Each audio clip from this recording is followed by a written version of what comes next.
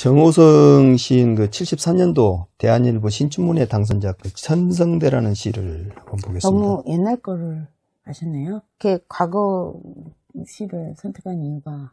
요즘 시하고 비교도 가능하고요. 예.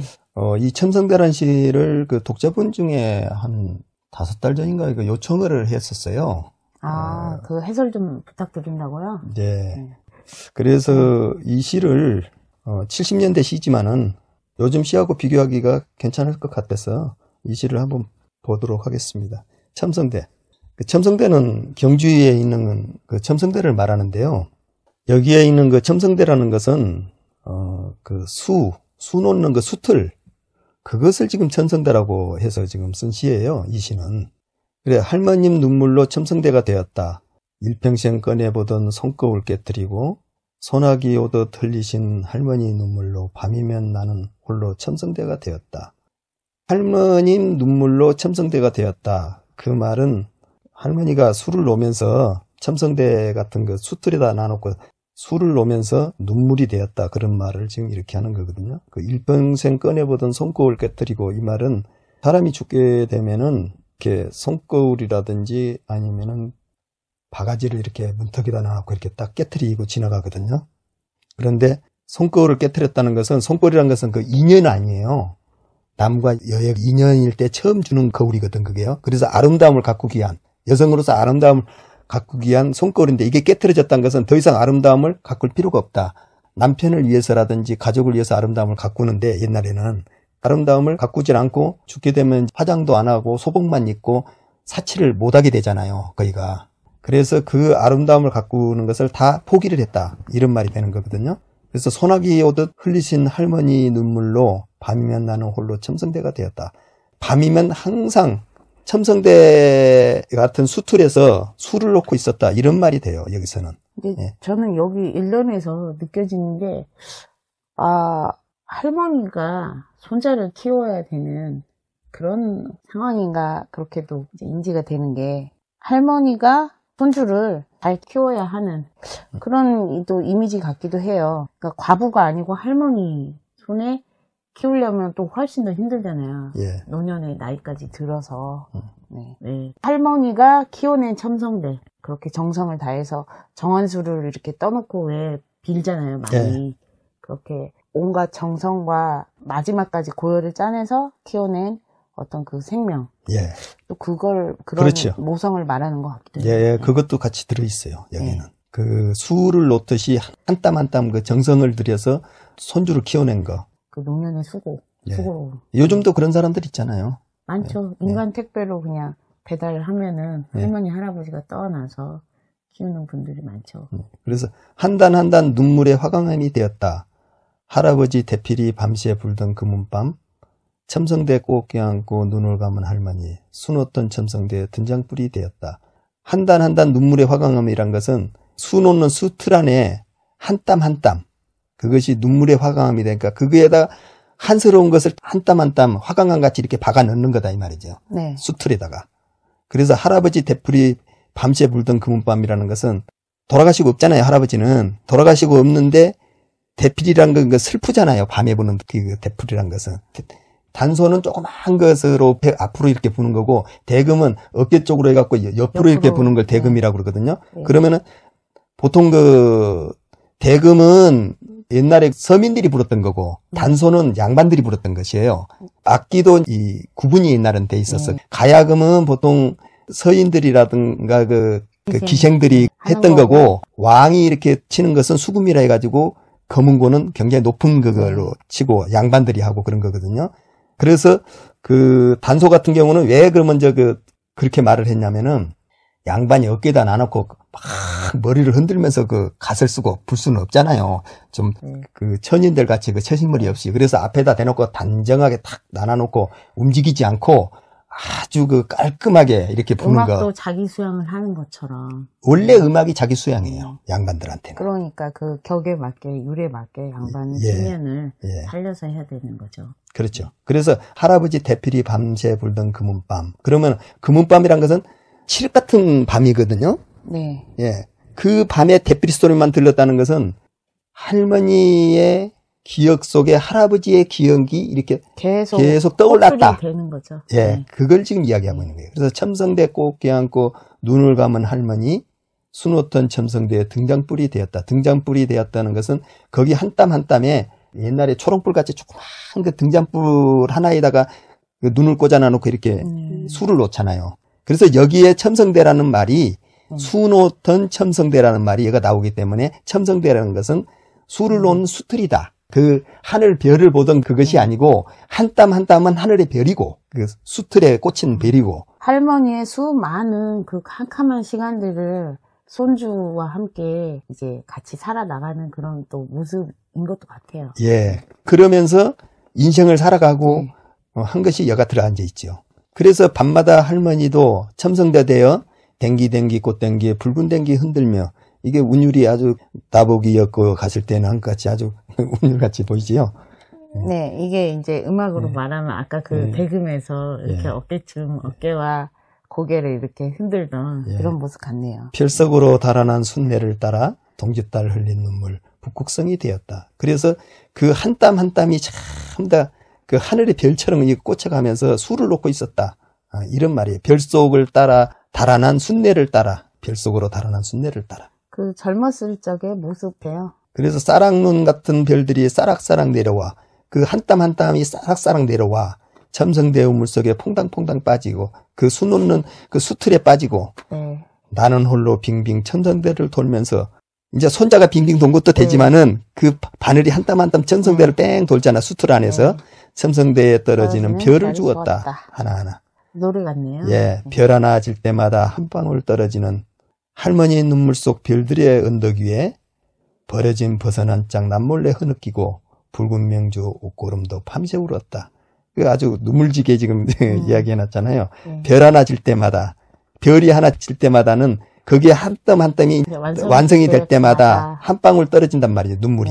할머니 눈물 속 별들의 언덕 위에 한 땀 한 땀의 언덕 위에 버려진 버선 한 짝 남몰래 흐느끼고 버려진 버선 한 짝이라는 것은 수 놓기 위해서 이렇게 흩어졌던 반지꼬늘 같은 것도요. 그것도 한 짝 남몰래 그것도 흐느끼고 있는 거야. 지금 버선 한 짝이 그 할머니 신세 같기도 해요. 또 외로운 노년에. 예, 할머니 신세이기도 하고 어딘가 모르게 떠나가 버린 자식 아니면은 잃어버린 자식. 그리고 손주의 입장에서는 할머니와 함께 살아야 되는 외로움. 그래서 붉은 명주 옷고름도 밤새 울었다. 그 붉은 명주 옷고름이란 것은 이건 굉장히 그 좋은 옷이거든요. 그 좋은 옷을 입힐 수 없는 그런 한스러움. 그것도 자기가 그걸 붉은 명주 옷고름을 입어볼 수도 없고 아름다움을 취하기 위해서 그런 시절도 지나갔고 그것도 밤새 같이 울었다 이거죠. 여우가 아기 무덤 몰래 하나 파먹고 토암산 별을 따라 산을 내려와. 여우가 아기 무덤 몰래 하나 파먹고 토암산 별을 따라 산을 내려왔다는 건 저녁이 되었다는 것이. 되어서 이제 슬슬 활동하는 거죠. 그렇죠. 그러면 할머니는 또 그 첨성대 수틀에다가 술을 놓고 있다는 거예요. 그걸 따라서 내려오듯이 이렇게 그 토암산 별을 따라 산을 내려온 것 같이 이렇게 술을 놓고 있다는 거예요. 첨성대에 던져놓은 할머니 은비녀의 밤이면 내려앉는 산여우 울음소리. 첨성대에 던져놓은 할머니 은비녀라는 것은 결혼할 때 그 은비녀를 갖고 오고 까락지를 갖고 오는 거거든요. 그래서 은비녀라는 것은 그 처녀 때는 은비녀를 꽂질 않잖아요. 이거 머리를 길게 따갖고 밑으로 내려오잖아요. 댕기머리로요. 그리고 은비녀라는 것은 결혼을 했을 때 은비녀를 탁 꽂는 거거든요. 그 뱃속으로 달아난 순례하고 은비녀하고 되는 것 같아요. 그렇죠. 댕기머리하고 이제 순례는 결혼하기 전에 놀던 아이들의 모습. 그래서 첨성대에 던져놓은 할머니 은비녀의 밤이면 내려앉는 산여우 울음소리라는 것은 결혼 생활이 그렇게 좋지 않았다, 한스러웠다 이런 말이 되는 거예요. 여기는. 근데 이게 늑대가 아니라 이제 여우로 표현이 되니까. 그러니까 그 여우 같으면 여자를 말하는 더 거잖아요. 여성스러운. 늑대는 남자고. 근데 더 오래오래 할머니처럼 오랜 세월을 이렇게 살아야 되는 야생에서 그런 이미지인 것 같아요. 그래서 이 시를 쭉 보면은 그 시조구 운율같이 돼 있어요. 첨성대 창문턱을 날마다 넘나드는 동해바다 별재우는 찬물결 소리.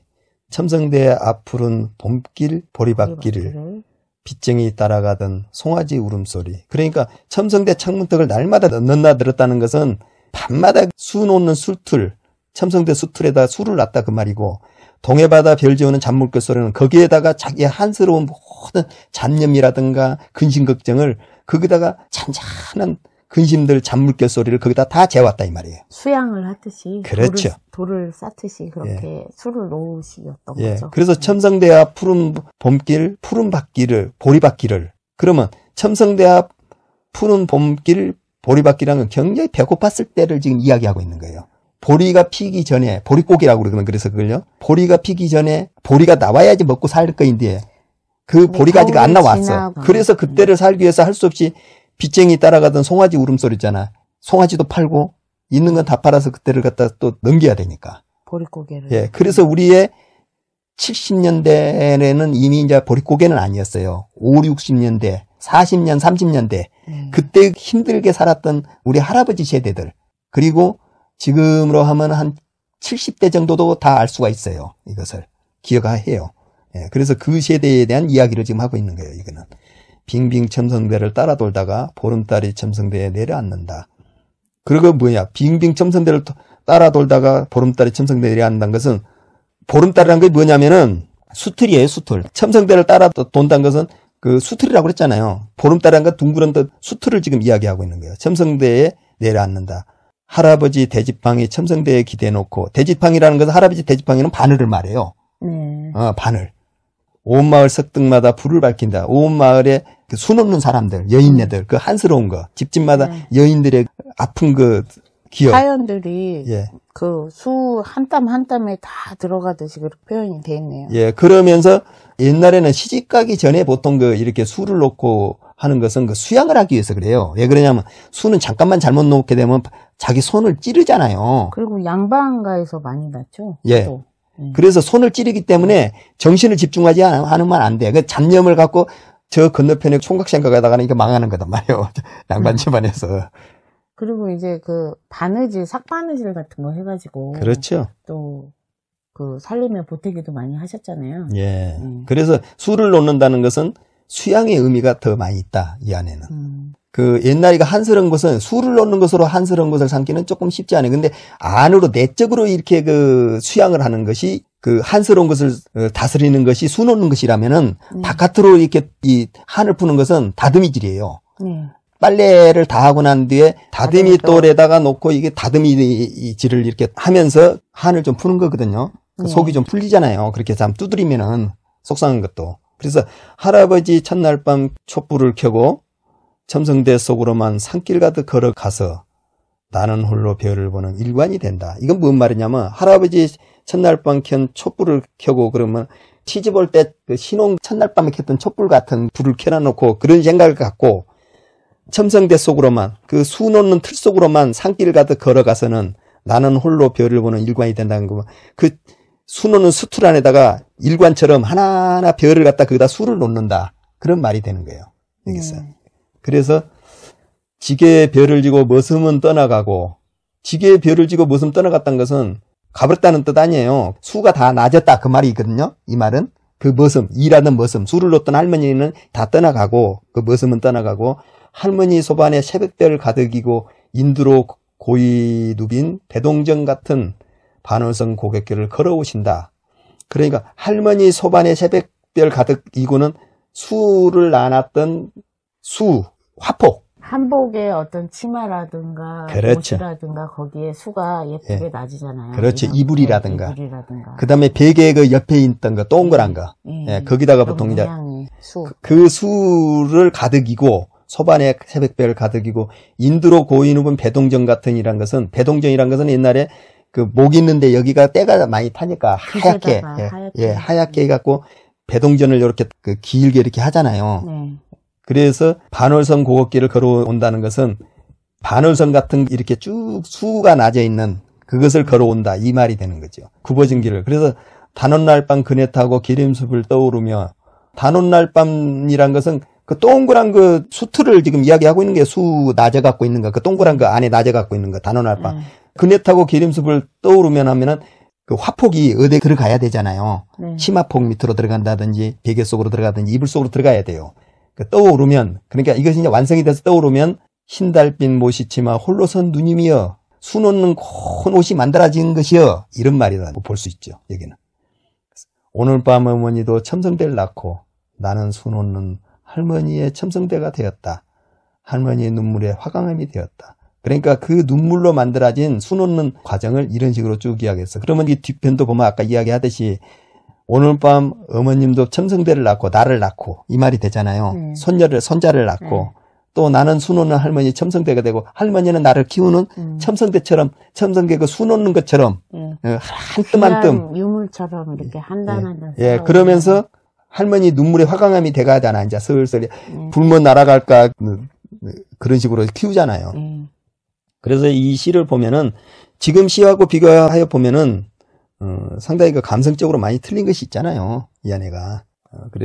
그래서 요즘 시들은 그러니까 이런 사고를 가졌다고 하더라도 요즘 그 생활과 문화에서 나온 그런 표현들이 들어가지 이렇게 같은 사고라 하더라도 다른 표현이 나온다는 거죠. 이제 그때 당시에는 상당히 그 산뜻하고 잘 쓰여진 시지만은 벌써 50년이 된 시잖아요. 네. 그때 그 신춘으로서는. 네. 그래서 그때 당시에는 그 은유나 비유가 상당히 잘 돼 있고 안에 함축도 잘 들어가 있다.